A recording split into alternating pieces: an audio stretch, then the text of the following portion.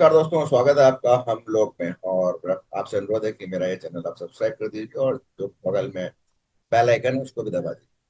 तो जैसे कल मैंने कहा था कि भारत में भी दो खास मुद्दे चल रहे हैं राजनीति में। एक तो महाराष्ट्र का मुद्दा है जिसमें भाषा विवाद था, और दूसरा बिहार का इलेक्शन। बिहार के इलेक्शन में दो खबरें हैं। एक तो ये है कि जो स्पेशल इंटेंसिव रिवीजन चुनाव आयोग ने किया था, कर रहा है, उस पे काफी कुछ विपक्षी दलों को तकलीफ है, और करीब करीब 10 विपक्षी दलों की तरफ से सुप्रीम कोर्ट में याचिका लगाई गई इसके विरुद्ध में। और इसके पक्ष में केवल एक ही थे, अश्विनी उपाध्याय। उन्होंने इसके सपोर्ट में याचिका लगाई और वो उसके खड़े हुए। इसके अलावा चुनाव आयोग के वकील भी सुप्रीम कोर्ट में थे, और बड़े बड़े वकील विपक्षी नेताओं की तरफ से आए थे अपनी दलीलें देने के लिए। सुप्रीम कोर्ट की दो जज की बेंच ने भी काफी सुनवाई की, और आखिरी में उन्होंने ये कहा कि ये चुनाव आयोग का अधिकार है और कॉन्स्टिट्यूशनल राइट है वो, कि वो एक तरह से इस तरह का स्पेशल इंटेंसिव डिवीजन कर सके, ताकि वोटर लिस्ट को रेक्टिफाई किया जा सके। उन्होंने केवल एक ही ऑब्जेक्शन लिया कि आधार कार्ड को इससे क्यों नहीं एक एक डॉक्यूमेंट की तरह इसमें स्वीकार किया जा रहा है। तो इस पर जो विपक्षी दल है वो, कल मैं एक वीडियो एक पैनल डिस्कशन सुन रहा था जिसमें कंचन यादव, जो कि बहुत ही एग्रेसिव, मतलब या अपन कहें, ये कहा जा सकता है कि नुपुर शर्मा है आरजेडी की, वो एग्रेसिव कह रही थी कि ये तो हमारी जीत हो गई, सुप्रीम कोर्ट ने हमारी बात मान ली और आधार कार्ड को उन्होंने इसमें इंक्लूड करने के लिए कहा गया, जबकि ऐसा कुछ नहीं है। केवल एक इस पर कोई रोक नहीं लगाई है, ये व्यवस्था जारी रहेगी। और सुप्रीम कोर्ट ने केवल 21 तारीख तक एक एफिडेविट भरने को देने को कहा है कोर्ट में, कि क्यों आधार कार्ड को इसमें नहीं सम्मिलित नहीं किया जा सकता, कि नहीं किया जा सकता एज ए प्रूफ, क्योंकि वो उन 11 डॉक्यूमेंट्स की लिस्ट में नहीं है जिसमें कि ये होना चाहिए। मोटे तौर पे बताएं तो जो चुनाव आयोग इस रिवीजन कर रहा है उसमें दो तरह के मतदाता सूची के दो विभाग किए गए। एक तो वो जिनका 2003 से पहले मतदाता सूची में नाम था, उनको केवल एक फॉर्म भरना है और अपने सपोर्ट में कोई भी डॉक्यूमेंट नहीं देना। बाकी जो 2003 के बाद में जो करीब 4 करोड़ मतदाता जो जुड़े इस सूची में, उनको 11 डॉक्यूमेंट्स की एक लिस्ट है, उसमें से एक डॉक्यूमेंट अपने को देना पड़ेगा।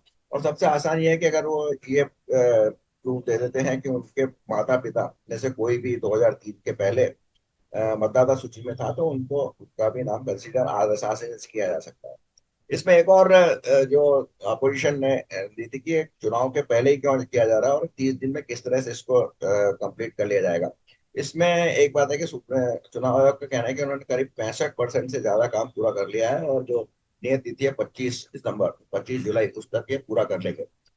सुप्रीम कोर्ट ने 21 जुलाई को एफिडेविट फाइल करने को कहा है चुनाव आयोग को, और 23 तारीख को उन्होंने इसका काउंटर एफिडेविट मांगा है, जो डिफेंस काउंसिल है या जो याचिका करता है उनसे। और 25 तारीख को सुप्रीम कोर्ट चुनाव आयोग अपनी ये सूची जारी कर देगा और कंप्लीट कर लेगा, और 1 तारीख को वो एक प्रोविजनल सूची जारी करेगा। उसके बाद उसमें करेक्शन के और जो छूट गए हैं उनको उसमें नाम ऐड करवाने का पूरा पूरा अधिकार होगा। तो एक तरह से एक कुल मिला के पूरी पूरी खुली एकदम ओपन ट्रांसपेरेंट प्रोसेस पे फॉलो कर रहा है। लेकिन इससे तकलीफ इसलिए है विपक्ष को, क्योंकि वहां पर मुख्य विपक्षी दल है आरजेडी, और आरजेडी के अब तक जो वोट होते थे उनका एक MY समीकरण था ना, मुस्लिम यादव समीकरण।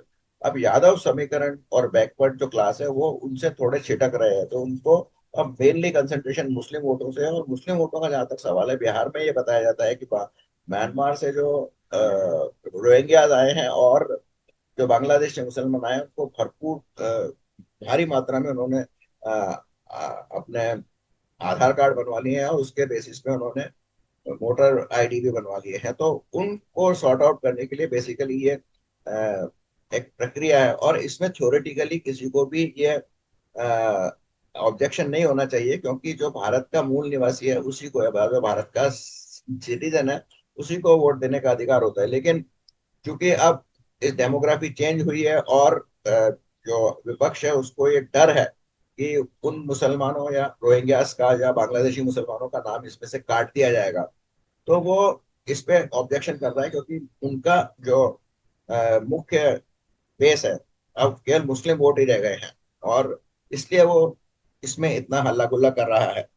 ये एक प्रक्रिया थी कि बांग्लादेश से बहुत पूरे के पूरे एक नेटवर्क था जिसमें बांग्लादेश रोहिंग्यास को लाया जाता था। पहले उनको कुछ दिनों तक वहां पर खाने पीने की सुविधा दी जाती थी, फिर उनका धीरे से राशन कार्ड बनवाया जाता था, फिर आधार कार्ड बनवाया जाता था, फाइनली उनका वोटर आईडी कार्ड भी बनाया जाता था। तो फिर इस तरह से जो भारत में कौन पार्टी राज करेगी, लोकतंत्र में कौन वोट देने का अधिकार होगा, इसमें बहुत सारे इस तरह के गैर भारतीय नागरिकों को शामिल कर लिया गया था।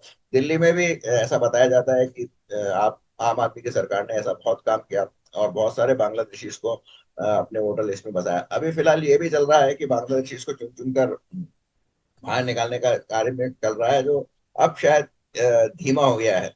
उसका जो पॉलिटिकल एडवांटेज शायद बीजेपी लेना चाहती थी वो उन्होंने ले लिया। और सबसे बड़ा जो ऑब्जेक्शन जो अपोजिशन पार्टी का है कि वो ये बिहार चुनाव से पहले ही क्यों नहीं कराया गया, यानी कि जो 2024 में उन्होंने थ्योरेटिकल या जो लॉजिकल सवाल है कि 2024 में जिन्होंने वोट किए वो भारत के नागरिक नहीं थे। तो उसका जवाब जो चुनाव आयोग दे रहा है या जो बीजेपी दे रही है वही दे रही है कि भाई वही वही तो डाउट है, इसीलिए तो इसको किया जा रहा है कि कहीं कोई विदेशी नागरिक भारत की मतदाता सूची में शामिल तो नहीं है, और वो इसको अफेक्ट तो नहीं कर रहा है। तो कुल मिला के ये एक ऐसी प्रक्रिया है जो अपोजिशन ने इसका हल्ला गुल्ला करने की कोशिश की है। उनको भी मालूम है कि इसमें सुप्रीम कोर्ट फैसला कुछ उनके पक्ष में नहीं देगा, और ये सुप्रीम कोर्ट ने बहुत अच्छा कल फैसला दिया। यदि उन्होंने इसके विपरीत इस प्रक्रिया को, एसआईआर को रुकवा देता, तो फिर ये भारत के लिए एक बहुत ही गंभीर सुरक्षा का मामला होता, क्योंकि फिर बहुत सारे लोग जो सारे देश में हैं और जो भारत के नागरिक नहीं है, संख्या बताना थोड़ा मुश्किल है। बिहार एक्चुअल में करीब, आपने भी कुछ टीवी चैनल से विशेषकर आपका में उसमें दिया होगा कि नहीं, जो कुछ जो जिले हैं उनमें जितनी जनसंख्या नहीं है उससे 150% तो या 200% तक तो आधार कार्ड बने हुए हैं वहां पे। और ये पूरा एक नेक्सस है, सरकारी अधिकारी भी इसमें शामिल होते हैं, सरकारी कर्मचारी भी शामिल होते हैं। तो इस सबको तोड़ने के लिए जो बीजेपी कई जगह अपने जो राज्य है, शासित राज्य है, वहां तो कर ही रही है, और विशेषकर ये बिहार, बंगाल, और इसका सबसे ज्यादा इफेक्ट बंगाल में है। अगर देखिए आप तमिलनाडु में भी ये प्रक्रिया होगी, लेकिन वहां पे इसका कोई विरोध नहीं होगा, क्योंकि वहां इस तरह से बसाया नहीं जा रहा है। वहां की कहानी अलग है, लेकिन वहां विदेशियों को नहीं बसाया जा रहा है। ये प्रॉब्लम केरला में कुछ हद तक हो सकती है, बाकी रेस्ट ऑफ इंडिया में हर जगह ये प्रॉब्लम है। और इसका यही एक सॉल्यूशन है कि स्पेशल इंटेंसिव रिवीजन किया जाए। तो ये तो इस रिवीजन के बारे में बात है। दूसरी बात, ये कहा जा रहा है कि राहुल गांधी ने टोटली बिहार में सरेंडर कर दिया है तेजस्वी यादव के सामने, क्योंकि इसका खास प्रमाण है कि बिहार में उन्होंने शायद अध्यक्ष बनाया था कन्हैया कुमार को, और कन्हैया कुमार को उस ट्रक पे या उस ओपन ट्रक पे नहीं चढ़ने दिया गया जिस पर कि उनकी रैली होती थी, और राहुल गांधी और तेजस्वी यादव उपस्थित थे उस ट्रक पे। हालांकि पप्पू यादव को भी शामिल नहीं किया गया। और पप्पू यादव, अ, जैसा कि हमेशा होता है कि सब लोग इस ये जो एसआईआर के विरुद्ध भी है, इसका भी बिल दलितों और पिछड़ गरीबों के नाम पे फाड़ा जा रहा है। तो ऐसा नहीं है। इसमें एक और विचित्र बात ये थी कि जो जज महोदय थे उन्होंने टिप्पणी की कि ऐसा मामला तो मैं भी इस तरह का डॉक्यूमेंट नहीं दे पाऊंगा। ये बहुत ही निहायत कैजुअल टिप्पणी थी, जो एक जज को नहीं करनी चाहिए थी इस तरह के गंभीर केस में। वो अपनी पर्सनल कैपेसिटी में बाहर कभी भी ड्राइंग रूम में बैठ के कह सकते हैं, लेकिन जब वो एक जज की कुर्सी पे बैठे तो उसको ऐसा नहीं कहना चाहिए था। खैर, तो बिल दलितों और गरीबों पे फाड़ा जा रहा है, और कांग्रेस यहाँ पूरी तरह से तेजस्वी यादव के कंट्रोल में है। और बेसिकली देखा जाए तो 2004 के बाद या 1999 के बाद ही बिहार में कांग्रेस को लालू प्रसाद यादव भी चला रहे हैं। एक्चुअली एक तरह से आउटसोर्स कर दी गई है। यूपी में भी कांग्रेस का कोई संगठन नहीं है, वहां पर मुलायम सिंह यादव के पुत्र अभिषेक यादव, अखिलेश यादव चला रहे हैं। तो ये जो दो बड़े स्टेट्स हैं इनमें कांग्रेस नहीं है। तमिलनाडु में भी कांग्रेस नहीं है, वो भी एक बड़ा स्टेट है। महाराष्ट्र में कुछ हद तक कांग्रेस का संगठन है। तो अगर दो बड़े स्टेट यानी 80 और 40, 120 सीटें जहां से आती है, लगभग 20% से लोकसभा के आते हैं, वहां पर कांग्रेस का खुद का संगठन नहीं है। वहां पे उन दूसरों के भरोसे चल रही है। झारखंड में भी उसकी यही हालत है, वो भी जूनियर पार्टनर है। एक कर्नाटका और थोड़ा हिमाचल में उनकी सरकार है। तेलंगाना में जरूर उनके पास एक स्ट्रांग लीडर है, लेकिन वो भी वहां पर बीजेपी की गलती के कारण कांग्रेस का रिटर्न हो पाई। तो बिहार में अगर इसी तरह चलता रहा तो फिर कांग्रेस को पूरी की तरह तेजस्वी यादव पे डिपेंड करना पड़ेगा, और वो उनको एक तरह से भीख में कितनी सीटें देते हैं उन पे उनको चुनाव का लड़ना लड़ना होगा। तो देखते हैं क्या होता है। अभी कुछ कहा नहीं जा सकता, हो सकता है कि कल की जो बेइज्जती के बाद कांग्रेस अपने इसका बदला ले या कुछ अपने अलग स्टैंड करे। तो कहा नहीं जा सकता है। राहुल गांधी भारत के बहुत बड़े नेता हैं अभी, एलओपी हैं, और वो कुछ भी निर्णय ले सकते हैं और कुछ आउट ऑफ बॉक्स भी निर्णय ले सकते हैं। देखते हैं क्या होता है। आपको आशा है। यहाँ तक बने रहने के लिए धन्यवाद। यदि आपको ये बातचीत अच्छी लगी हो तो इसको लाइक कीजिए और अपने दोस्तों के साथ शेयर कीजिए। बहुत बहुत